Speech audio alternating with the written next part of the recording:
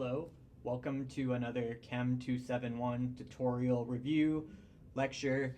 So today we will be going over a practice problem set on acids and bases. So this will start out with some more chemistry focused stuff, and then later we'll get into amino acid, acid-base chemistry, amino acid titrations, okay?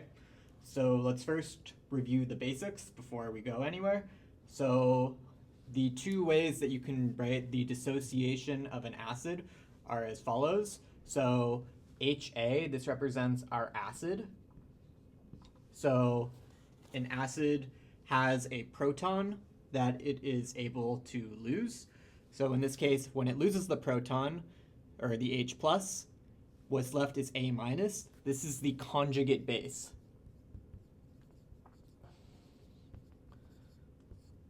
And what's important to note here is that this reaction is reversible. So if the conjugate base reacts with the hydrogen, an H+, a proton, it will react backwards and reform HA, the acid. So a base will react with the proton to form an acid. Sometimes though you'll see that the acid with its hydrogen has a positive charge. So this is still an acid, and this A is still a conjugate base. However, in this case, the acid is positively charged with the proton, and the conjugate base is neutral. You'll see both of these throughout problem sets or throughout different practice problems in your textbook. So the way we can describe the strength of an acid is through the Ka. So Ka is an equilibrium constant for acids. So equilibrium constants are always the concentration of the products divided by the concentration of the reactants, usually multiplied together. So for this equation here, HA turns into H+ and A-. The way we would write this, Ka expression is the concentration of A-, concentration of conjugate base, times the concentration of the H+, divided by the concentration of the HA, the acid. Okay? And it's the exact same thing here, except now the conjugate base is neutral and the acid is positively charged. So essentially, the products of the reaction multiplied together, the H+, the conjugate base, divided by the concentration of the acid. All right? So using Ka, we can determine the strength of an acid. So a high Ka represents a strong acid, and a low Ka represents a weak acid. So what do these terms mean? A strong Ka, or a strong acid, means the acid is more likely to dissociate into its proton in the conjugate base. And we know this from a high Ka because that means that the amount of products are higher than the amount of reactants. So if there are more products than reactants when equilibrium is reached, when a sort of stable reaction is met, what that means is we'll have more H+, so more H+ is being released. That's what means a strong acid. A strong acid means more dissociation of the acid. It increases the proton or H+ concentration in solution much higher. A low Ka indicates a weak acid because if it's lower, that means the concentration of reactants are higher. So that means that there's more of this HA that is not reacting, that is not dissociating. So there's a larger pool of HA left over. Okay? So if we are summarizing this, this is because we have a high H+ concentration and a low HA for a strong acid with a high Ka. And for this, we have a low H+ concentration for a weak acid, low Ka, and we have a high concentration of HA. Okay, so we can also look at pKa. This is another very common way to describe Ka. Sort of the same way pH is equal to negative log, this is log base 10 of the H+ concentration. pKa is negative log Ka, log base 10. Okay? So the pattern for pKa is reversed. So in this case, a high pKa represents a weak acid, and a low pKa is a strong acid. So this is flipped, and that's just because of the negative logarithm here. pKa is how you will usually see Ka given in CHEM271. And then sort of the last thing to go over before we get into practice problems is the Henderson-Hasselbalch equation. So this is an equation that you'll have to memorize. You'll use it all the time throughout CHEM271. So this is pH is equal to pKa plus log, this is log base 10, the concentration of the conjugate base divided by the concentration of the acid, okay? So like that. You could also sub A minus for just A and HA for HA plus. It's the same equation, all right? So these are all must-know equations for CHEM271. Next, we will start getting into some practice problems. All right, problem 1. So the first part of this problem is find the pH of 0.35 molar HCl. This is quite easy because HCl is a strong acid. That means it completely dissociates in solution. So all of the HCl will completely dissociate into H plus and Cl minus.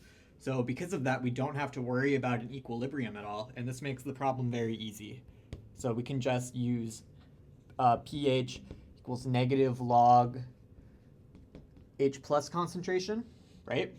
So in this case, pH will equal negative log 0.35 molar. Why? Because HCl completely dissociates, so the concentration of HCl is the concentration of H plus in the solution. And what we find is our pH is 0.456. All right, so this is very, very low, very, very acidic. Okay, so now for part B, find the pH of 0.35 molar acetic acid. So this is different because acetic acid, CH3COOH, is a weak acid. Okay, so this means it has a Ka. It will not fully dissociate into H plus and A minus in solution. Okay, so now that this will form a stable equilibrium, we have to use a new method of solving this problem, and it is called the ICE table or RICE table. I use RICE table personally, so RICE.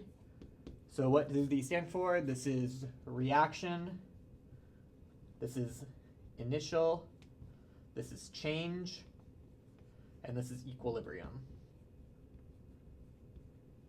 So change is the change in amount of the different compounds. What compounds are we looking at? Well, we write the reaction first to show that. So the reaction here will be the dissociation of acetic acid, so CH3COOH. You can also call this HA if you want. Dissociates into H plus CH3COO minus. So this is our HA, this is H plus, and this is A minus. Okay? So our initial, so we're just starting out with acetic acid. We start out with 0 conjugate base and of course 0 H plus. So we have 0.35 molar here initially, 0 here, 0 here. Okay, we don't start out with either of those. Now what's going to happen is some of this is going to dissociate. So if this was a strong acid, it would completely dissociate, but this is a weak acid, so it will not completely dissociate. But we don't know by how much. We don't know how much of this will dissociate. So we just call this X.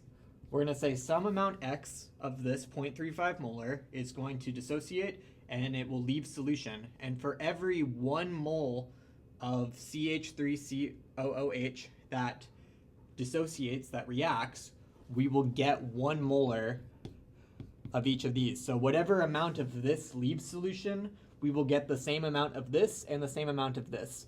And the reason why these are all kind of just like minus 1x plus 1x plus 1x is due to the stoichiometry of the reaction. So this is 1 of these forms 1 of these plus 1 of these. Okay? So if, for instance, though, it was like 2 of these make 3 of these, then you could multiply these by the coefficients in the balanced equation. All right, so now the equilibrium takes into account the initial and the change. So here we'll have whatever we start with minus whatever will dissociate, and here it's just going to be whatever is formed from the dissociation of HA. Okay?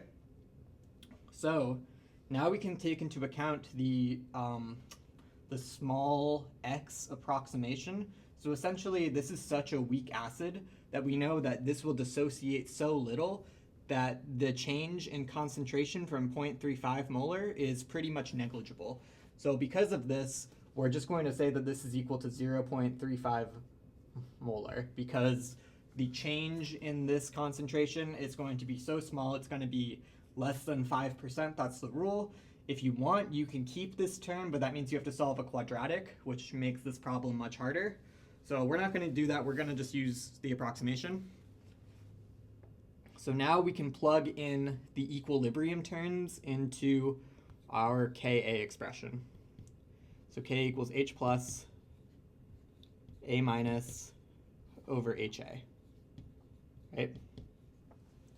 So now we are going to plug in our E row here. Whatever we have at equilibrium goes into the equilibrium expression.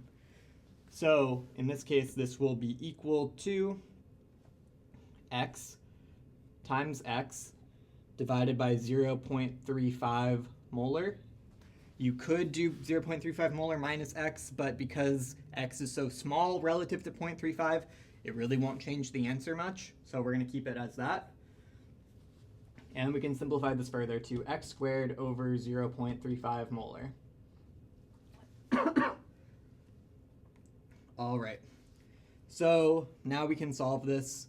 So essentially, we have Ka is equal to 1.74 times 10 to the minus 5 equals x squared over 0.35 molar.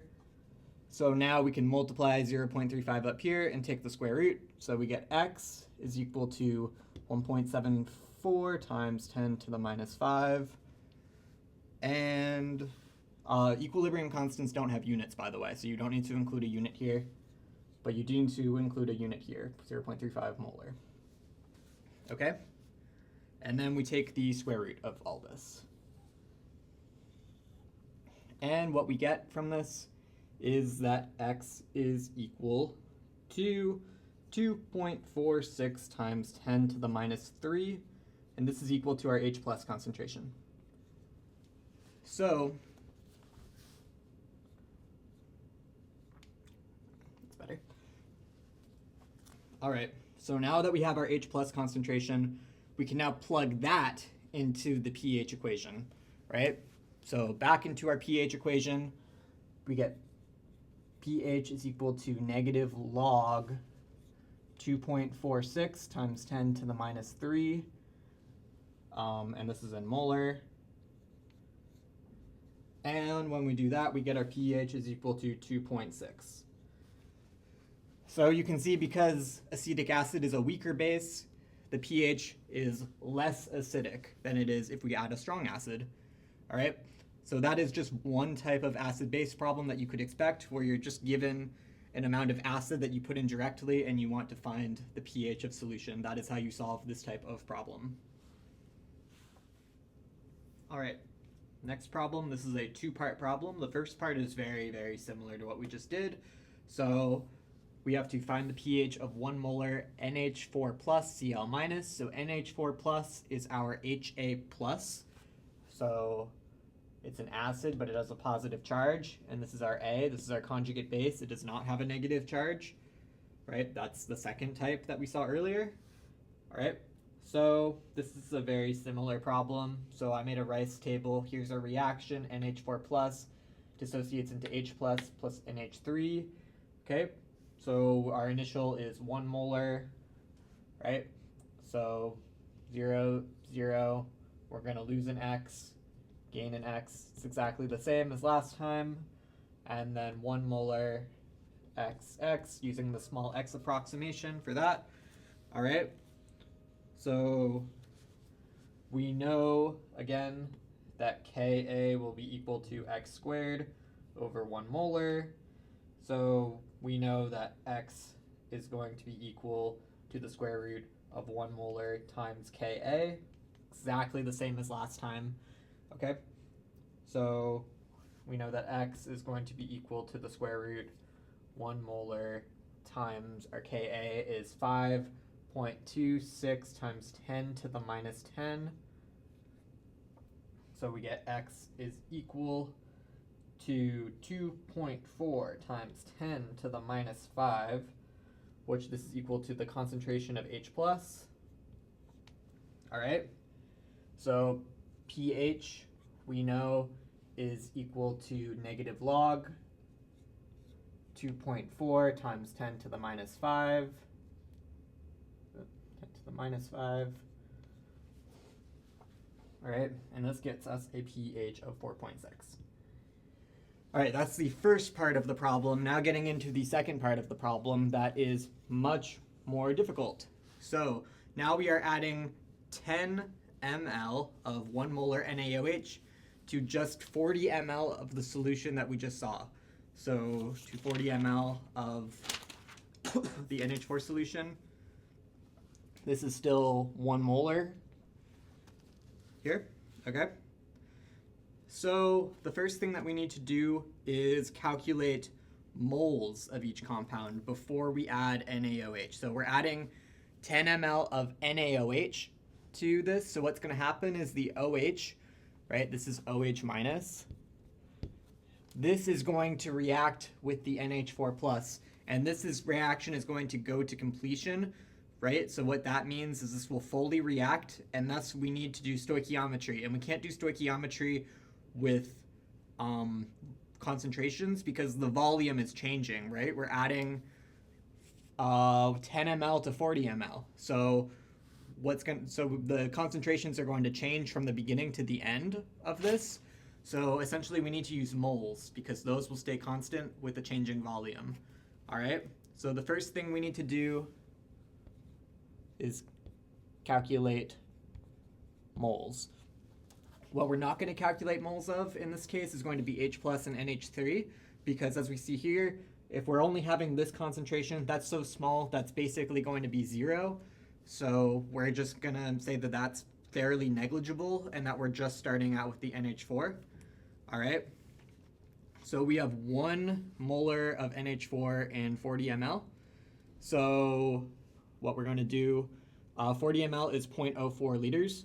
So we have 0.04 liters times 1 mole of NH4 plus divided by a liter. And what we get is 0.04 moles of NH4 plus. All right. So we have 10 ml of the NaOH, 1 molar. So what we're going to get is 0.01 liter times 1 mole, just the OH minus is all that we care about, over 1 liter.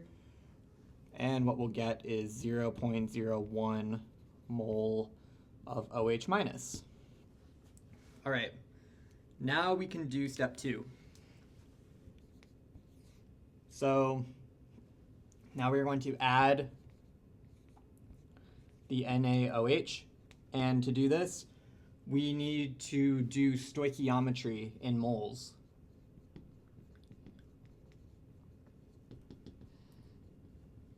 Right? Again, we can't use concentrations because the concentration of the final solution is changing relative to the 2 that we're starting with. We're adding 10 ml to 40 ml.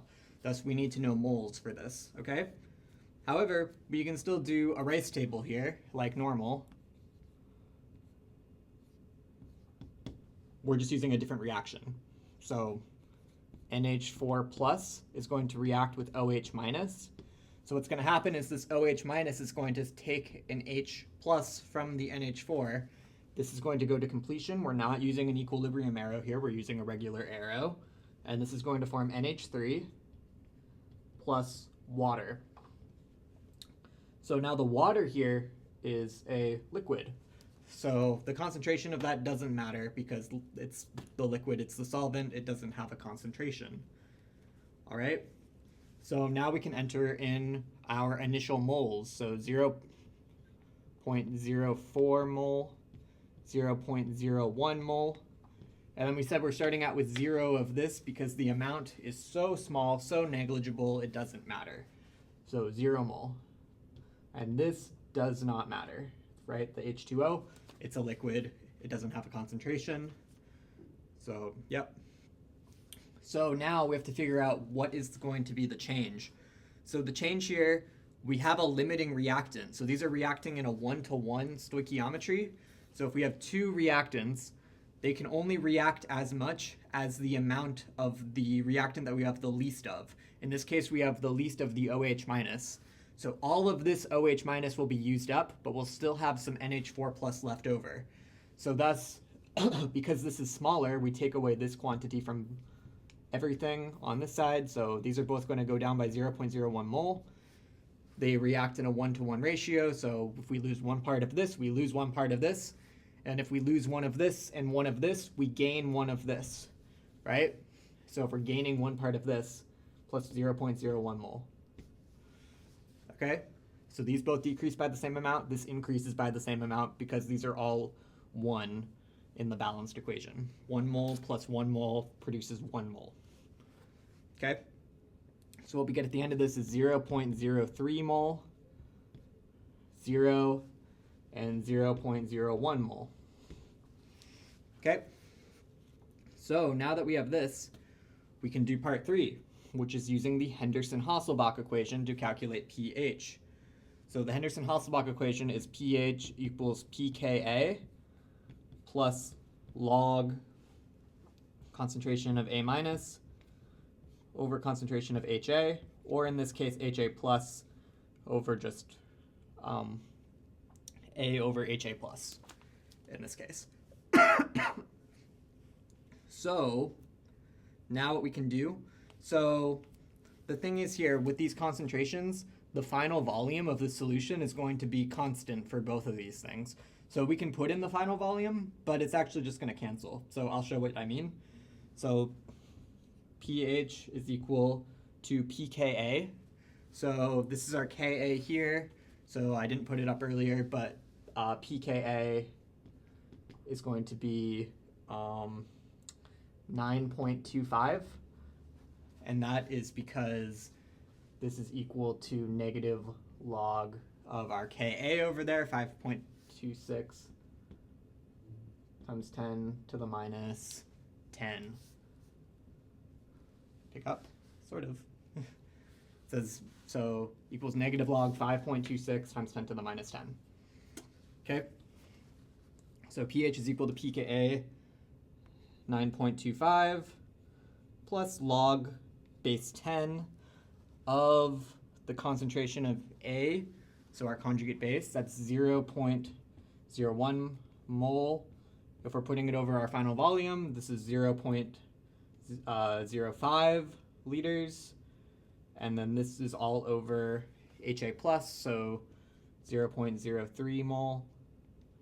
So remember NH4, this is HA plus, and this is A, okay? So divided by our volume, 0.05 liters. And notice how our volume cancels at this point because we have the same volume for both, right? We've mixed them together, same final volume. Those cancel, so it's really just the ratio of these. So this is actually just log 1/3 if you want to simplify it to that. And what we get here is a pH of 8.8. All right, so without the NaOH, we get an acidic pH. With the NaOH, that raises it to a more basic pH. However, it's not as basic as it would be if we didn't have this to sort of cancel out some of the NaOH. All right, so that's it for this problem. All right. Problem 3, make a buffer of pH equals 7 using KH2PO4 and Na2HPO4. We know that our solution will have KH2PO4 at a concentration of 0.1 molar. So we want to find the concentration that we will need to have in the solution of Na2HPO4. Okay? So the first thing we need to do is select the Ka, or the pKa. Why?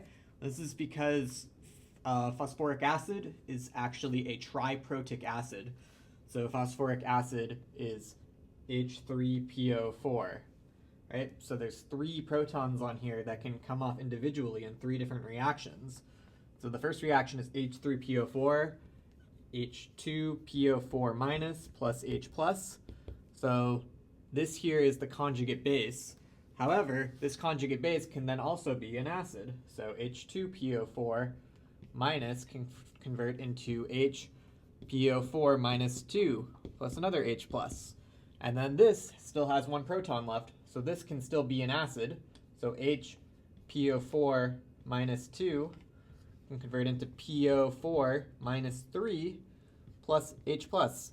So it can lose a total of 3 protons in 3 sequential reactions, and they each have different pKa values. So pKa1 is equal to 2.14, pKa2 is equal to 6.86, and pKa3 is equal to 12.4. All right, so 3 different reactions, 3 different pKa's.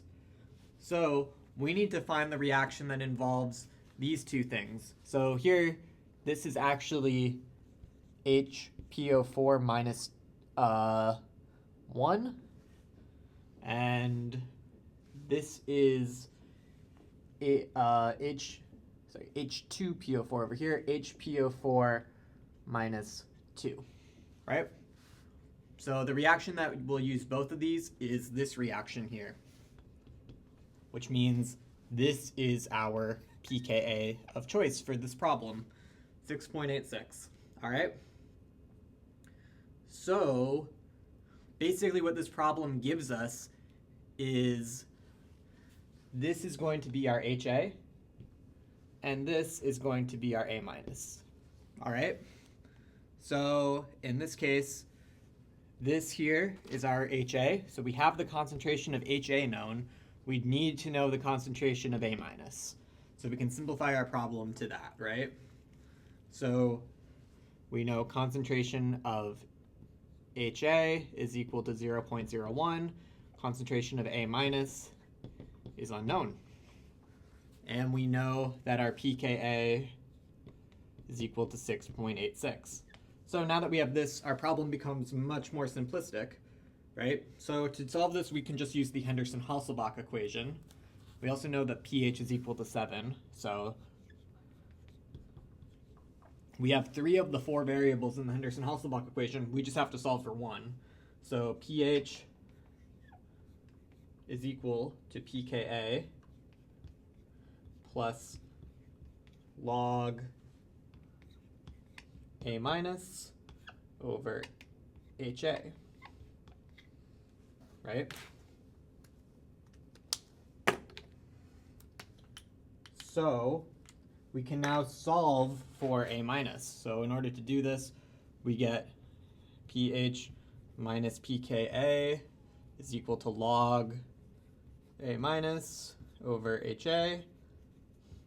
Now, because this is a log base 10, we can do 10 to the power of both sides to get rid of the log. So 10 to the pH minus pKa is equal to A minus over HA. And lastly, we get concentration of HA times 10 to the power of pH minus pKa is equal to A minus. So the concentration of A minus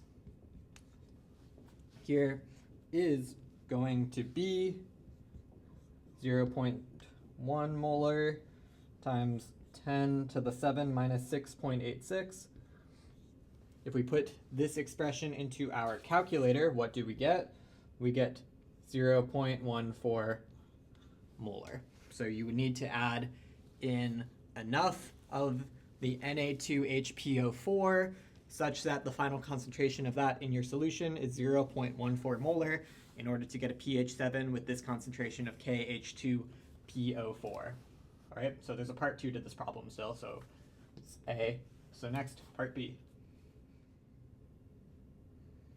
All right, part 2 of this problem, or part B. You want to make a buffer at pH equals 7 with a total phosphate concentration of 0.3 molar. Find the concentration of H2PO4 minus and HPO4 minus 2. Again, the same pKa as in the last part, pKa2 equals 6.86. All right, so essentially what this is telling us is the concentration of H2PO4 minus plus the concentration of HPO4 minus 2 is equal to 0.3 molar. And to simplify things, we can say the concentration of HA plus the concentration of A minus is equal to 0.3 molar. Just to make it so we have a little less to write. Okay, so the way we're going to do this is we need to solve a systems of equations. So we have two equations, and we need to solve for two variables using the two equations. So the first thing I am going to do is solve for A minus, I guess.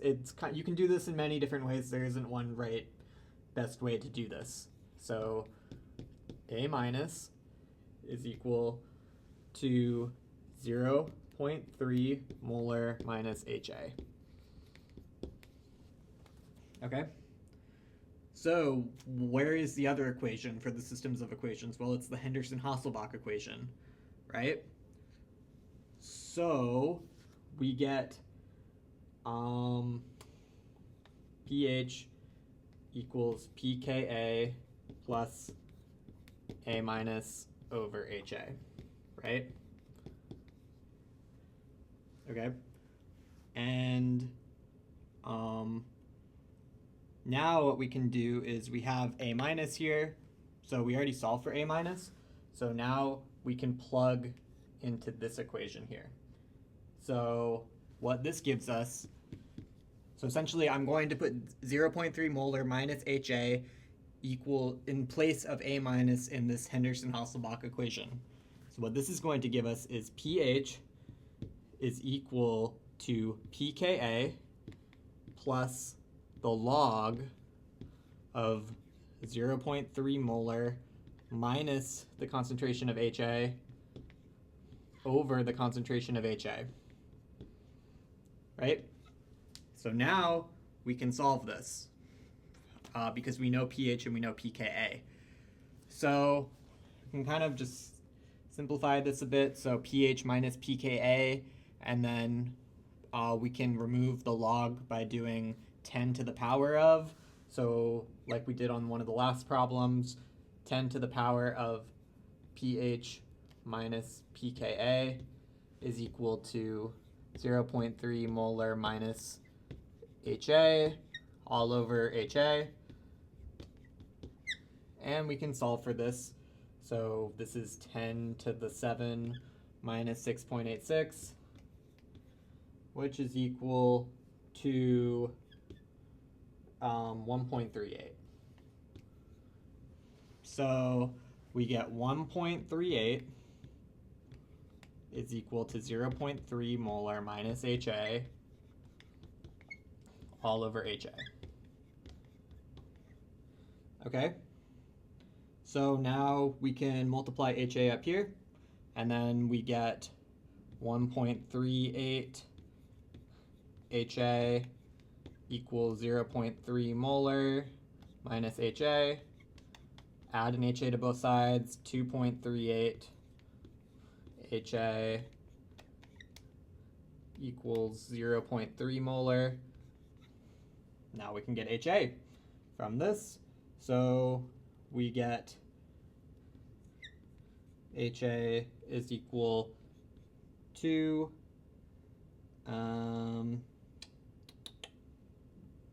so 0.3 divided by 2.38.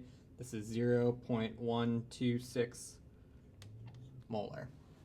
Okay, so now that we have that, we can plug this back into this equation.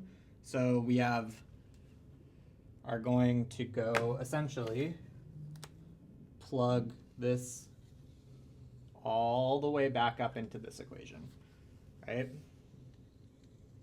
So we have solved for one. We can use this equation now to easily solve for the other.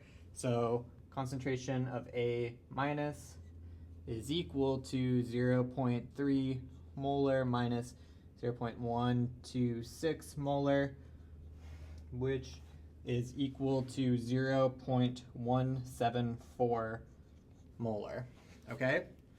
So now we have them both. Okay, so we can just kind of summarize this over here.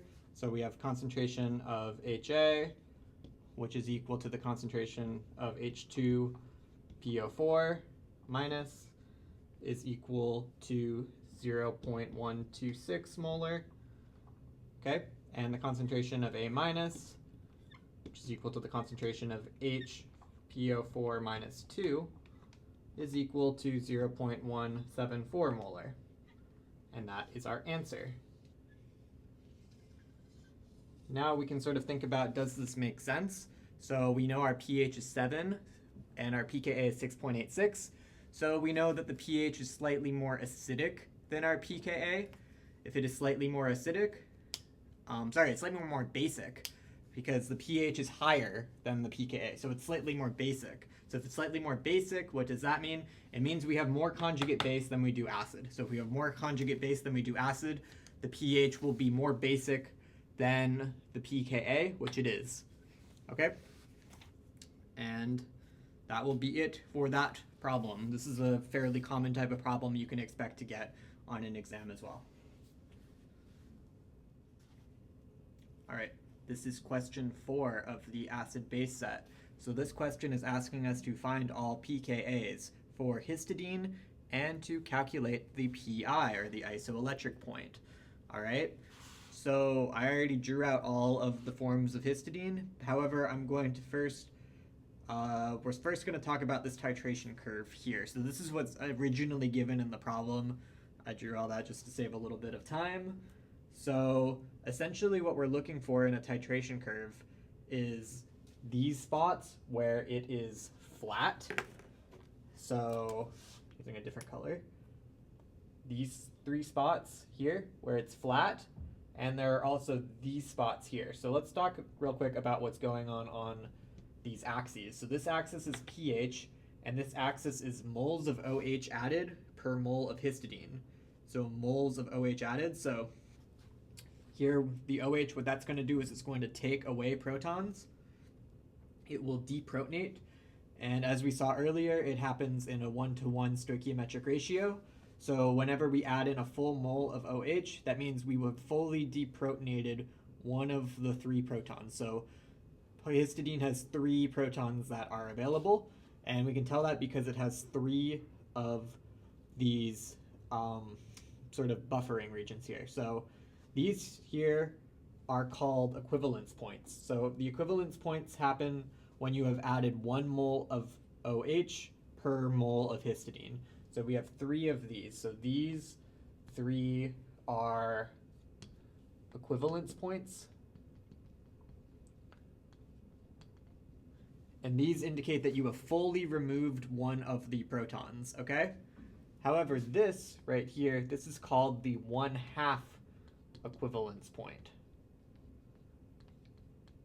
So this is halfway in between 2 equivalence points, right? So, and here we see that the graph is sort of flattened out a bit. And what that means is that it is sort of resisting a change in pH. So this is actually a really good sort of buffering region, because it is resisting a change in pH. So as we saw, weak acids and weak bases, when you have sort of an equal amount of both, that can make a good buffer. So here, this is a good buffering region because it's resisting changes in pH. It's sort of flatlining there, all right? And at these buffering regions, at these half equivalence points, this right here is where we find our pKa, right? So pKa is equal to pH at the 1/2 equivalence point. And we know that because at the 1/2 equivalence point, right, when pH is equal to pKa, that means in the Henderson-Hasselbalch equation, pH equals pKa plus log A minus over HA, right? So if pH is equal to pKa, we can subtract pKa from both sides, and these will cancel out completely. So we get 0 equals log A minus over HA. And what this means is that if we do 10 to the 0, that's 1. So 1 is equal to A minus over HA. So essentially, we get A minus equals HA. So these concentrations are equivalent, so this makes a great buffer because you have equal amounts of acid conjugate base. If you add 1, so if you add an acid, you have enough conjugate base to cancel it, and if you add base, you have enough acid to cancel it, all right? So that is why these are good buffering regions, and also why it is where pH is equal to pKa. So now looking at this, we can sort of calculate our pKa's. We can just look at the graph. So we can see this one is about at 2, this one here is about at 6, and this one here I tried to make it about at 9. All right, so now we can sort of look at histidine and try to figure out what's happening here. So the first proton that is going to be removed is going to be the one from the carboxylic acid here. So this is going to be the first one removed. This is because this carboxylic acid proton has a pKa of about 1.8. So this is pKa1. This has a value of about 1.8. So that's pretty similar to what we saw here on the graph. So this problem asks you to basically just get these all from the graphs, but these are the sort of actual values for histidine. So the second proton that will be removed in histidine, so we have 3 here. We have this one here, and we have one here. So this one is 1. Okay, that's going to be the first one. That's because it has the lowest pKa. You do need to memorize some pKa's. You should especially know the pKa for the carboxylic acid and the amino group of an amino acid. And then you need to know the pKa's for the acidic and basic R groups. So histidine is an acidic amino acid. Or no, it's a basic amino acid because it is able to accept a proton here. It does not have one naturally to donate. Okay, so this is sort of the acid form, and then it's neutral without the proton. And then at pH 7, you're most likely to find this form where it is neutral and it is able to pick up a proton. Okay, so the next proton that will be released will be this one. So this one will be 2. So here, this one will go away and get this one. This proton has a pKa of about 6. So this is the only amino acid with a pKa around the pH of just neutral water, 7. So that means this one usually makes the best buffer at 7. It also means that this proton is able to be used in a lot of acid-base chemistry within enzymes and within chemical reactions in the cell. That's something we'll see a lot later. You really need to know the structure of histidine for some stuff coming up. So this is a good one to memorize. And then the next proton that will be lost will be this one here, the amino. This is roughly the same for pretty much all amino acids. pKa 3 for the amino group of the amino acid is about 9.2. Okay, so first we lose the one from the carboxylic acid, then the one from the histidine, and then the one here. Okay, so that is sort of what the titration for histidine looks like. So the last part is to calculate the PI. So the PI is the isoelectric point. So in order to figure that out, we need to figure out which form of histidine has a neutral charge. So looking at this, we have one positive charge, and the carboxylic acid is neutral. This gives a +2 charge. Here we have a negative, a positive, and a positive. So this gives a +1. Here we have just a negative and a positive, so this is a 0. And here we have just a negative. So all that's left at the end of this, after we've completely deprotonated everything at a pH more basic than 9.2, we will only have the carboxylic acid charged, so this will give us a -1.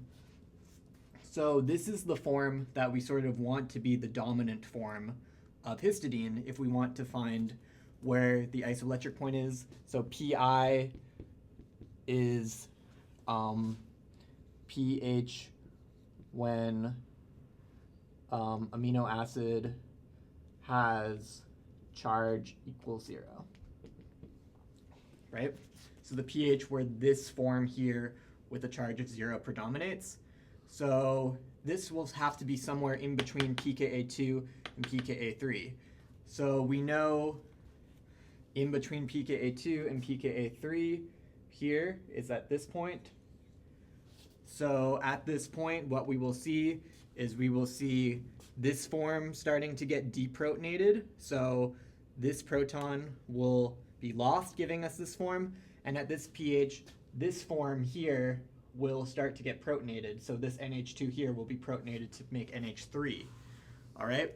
So we know that at this pH, at a pH somewhere in between these two pKa's, is when this form will be deprotonated and this form here will be protonated. So we can now calculate Pi based off that information. So Pi is going to be equal to, it's for diprotic or triprotic acids, it is the sum of two pKa's divided by 2. In this case, it'll be pKa2 plus pKa3. Why? Because it's in between these two pKa's where we see the form with a charge of 0, right? And then this over 2. So Pi is going to be equal to 6 plus 9.2 over 2, which equals 7.6. And we can check, and that this is roughly at 7.6. So it all checks out. All right, this is the final problem of the acid-base problem set. So we are tasked to find the Pi of arginine, and then as part B, calculate the overall charge when pH equals 9.2. So I already drew out all the different states of arginine. So let's go through these one by one. So it is a triprotic amino acid, right? So we have the carboxylic acid, H, we have the amino, H, and then we have a side chain, which has an H there that can come off. So the order of these is a bit different than histidine that we just saw. So the first one that's going to come off is again the carboxylic acid. However, the second one that will come off is the amino group. And the third that will come off is the R group. So that's because the pKa of the H on the R group is actually greater than the pKa of the amino group. So histidine is sort of the exception where the proton on the R group comes off in the middle between the carboxylic acid and the amino. So in the case of arginine, it comes off last. I think it's the same for lysine as well. So next up, right, so the first thing I'm going to do is just write out our 3 pKa's. 1, 2.17. pKa2 is 8.99, around 9 for the amino group. And then pKa3 is 12.5. Okay, so the first one that's going to come off is the carboxylic acid. The second one that comes off is the amino. And the third one that comes off is the R group of arginine. So now we can do what we did last time. We can calculate the net charge. So this one we have 2 positive charges and a neutral, so this is +2.